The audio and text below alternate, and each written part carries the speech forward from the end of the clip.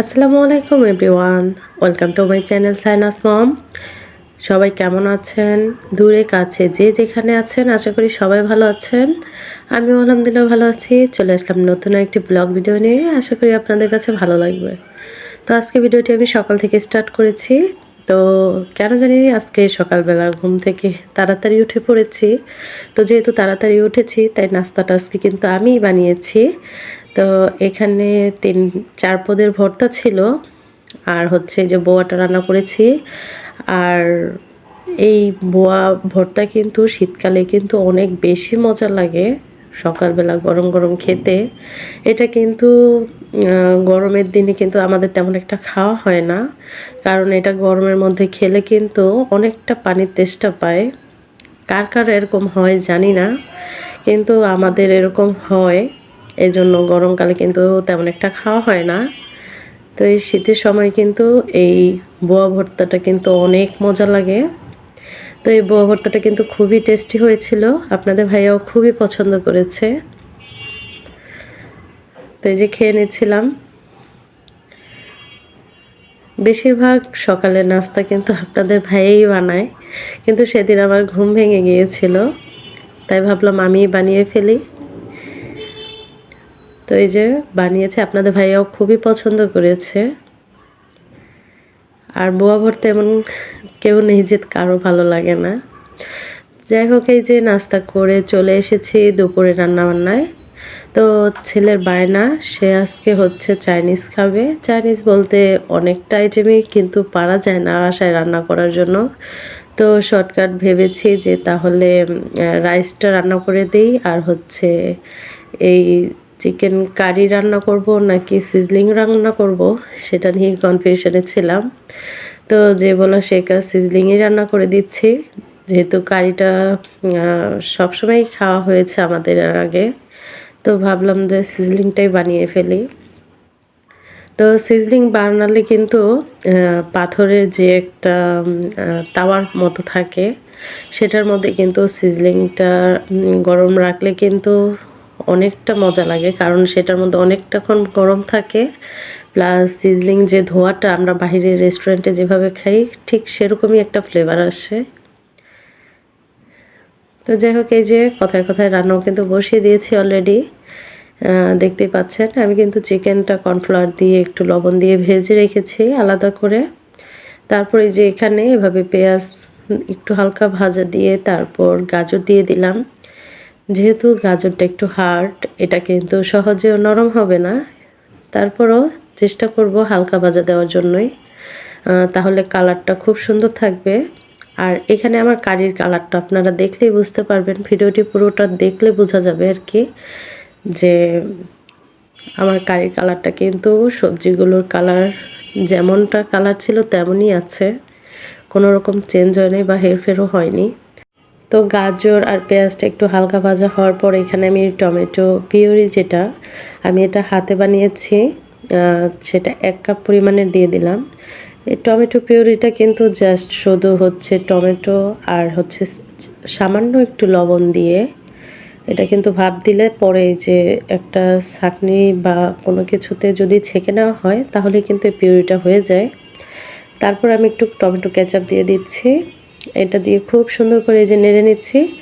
আর আমি টমেটো পিউরিটা দেওয়ার পর কিন্তু অনেকটাক্ষণই নেড়েছি, কারণ টমেটোর যেন কাঁচা একটা ফ্লেভার সেটা যেন না থাকে। তো আমি ভিডিওতে কিন্তু তেমন একটা বড় করে দেখাইনি, কারণ অনেকটা সময় যদি দেখাই তাহলে কিন্তু ভিডিওটা খুব বড় হয়ে যাবে, তখন কিন্তু আপনাদেরই ভালো লাগবে না। তো আমি কিন্তু লবণ কিন্তু সামান্য দিয়েছি, কারণ এখানে কিন্তু সস দেওয়া, তাই লবণ কিন্তু পরিমাণে কম দিতে হবে। তো এই যে ক্যাপসিকামও দিয়ে দিয়েছি, নেড়ে নিচ্ছি। আমি কিন্তু বেশিক্ষণ এটা রাখবো না, কারণ এটা একটু হালকা সফট, হালকা পরিমাণের সফট হলেই কিন্তু আমি এটা নামিয়ে ফেলবো। ওই যে তারপরও আমি নাড়ার মধ্যেই রেখেছি। আর এই সমস্ত চাইনিজ আইটেমগুলো কিন্তু বেশি রান্না করলে ভালো লাগে না, অল্প কিছুক্ষণ সময় কিন্তু এটাই রান্না হয়ে যায় অলরেডি। তো এই যে নেড়ে নিচ্ছিলাম।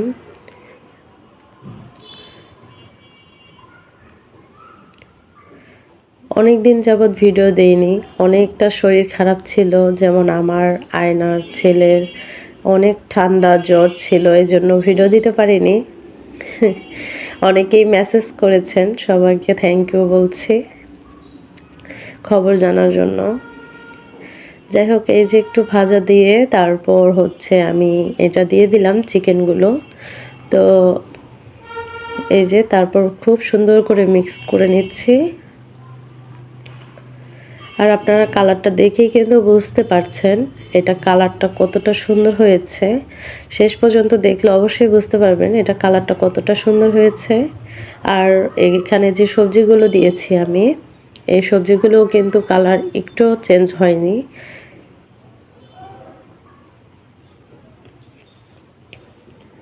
এখানে কিন্তু অন্যান্য সবজিও অ্যাড করা যায়, কিন্তু আমি ক্যাপসিকাম আর শুধু গাজরই দিয়েছি। এই যে এখন দিয়ে দিয়েছি শুধু কর্নফ্লাওয়ার। এই কর্নফ্লাওয়ারটা হচ্ছে একটু আমি পানিতে 1 চামচ পরিমাণে কর্নফ্লাওয়ার পানিতে একটু গুলে তারপর দিয়ে দিলাম। তাহলে হয় কি এটার মিক্সচারটা খুব সুন্দর আসে। আমি এটা যেহেতু কারি করব না, এটা সিজলিং টাইপের করব, সেহেতু এটা কোনো ঝোলের পরিমাণ কিছুই থাকবে না।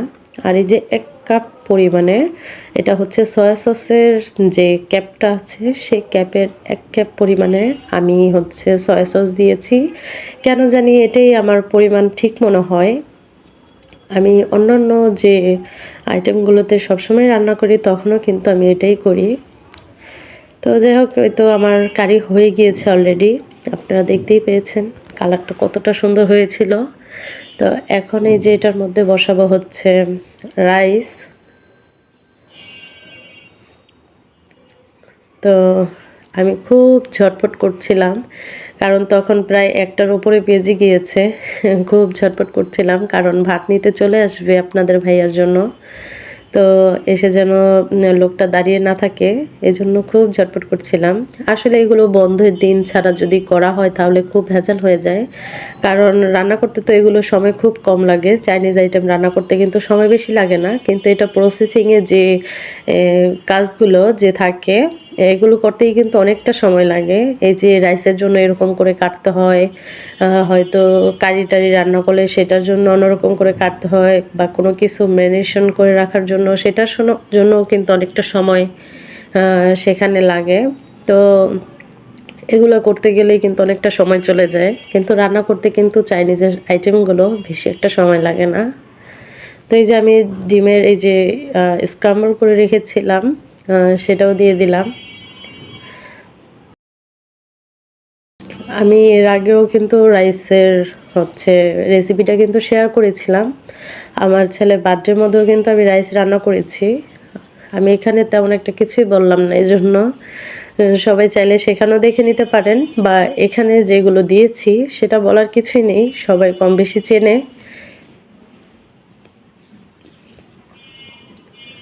এজন্য বললাম না।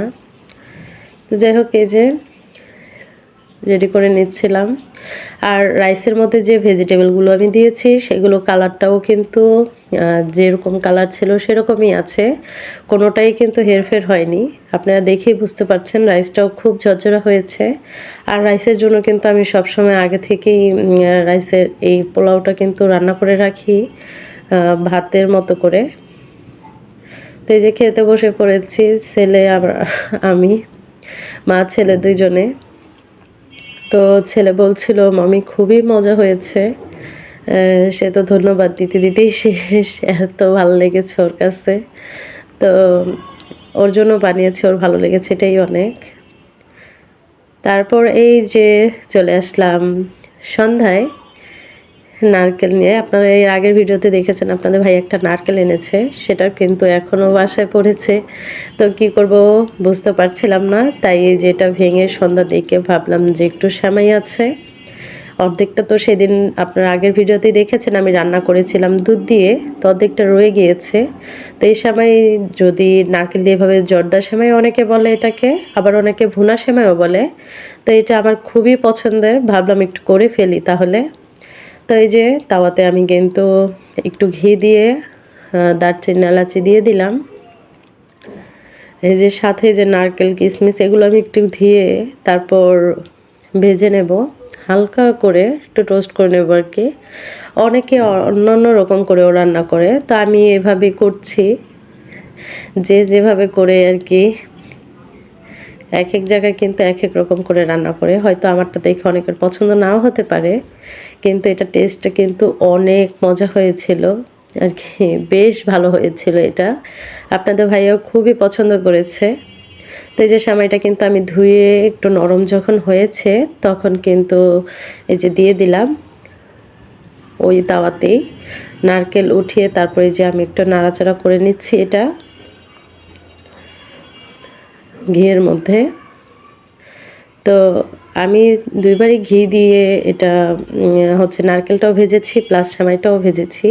তাহলে হয় কি, ঘিয়ের একটা স্ট্রং ফ্লেভার আসে, ওটা কিন্তু খেতে খুবই মজা লাগে। তো আপনারা চেষ্টা করবেন একটু ঘি দিয়ে রান্না করার জন্য, তাহলে কিন্তু সেমাই রান্না করলে খুবই মজা হয়, বা মিষ্টি আইটেমগুলো কিন্তু ঘি দিয়ে বানালে খুবই ভালো লাগে। তো এমনিতেও তেল দিয়েও করা যায়। তো এই যে গরম গরম যখন করে ফেলেছি, রান্না যখন হয়ে গিয়েছে তখনই আমি খেয়েছি। তো এই যে দেখতেই পাবেন আর কি, সেমাইটা কিন্তু আমার খুবই পছন্দ অন্যান্য সেমাই থেকে। এই ভুনা সেমাইটা আমার খুবই ভালো লাগে। আগে যখন ছোট ছিলাম, বিয়ের আগে ঈদের মধ্যে আম্মু তখন এই সেমাইটা বানাতো, এতটা পছন্দ হতো আর কি, আমার এতটা পছন্দ ছিল, আমি ঘুরে ঘুরে শুধু এই সেমাইটাই খেতাম। আর শেষ হয়ে গেলে বারবার জিজ্ঞাসা করতাম আম্মুকে, আম্মু শেষ হয়ে গিয়েছে কিনা। তো যাই হোক, এই যে খাচ্ছিলাম বসে বসে আর সেই দিনগুলোর কথাই মনে করছিলাম। এত মজা হয়েছিল, কিন্তু আম্মুর হাতেরটাই হয়তো বেস্ট।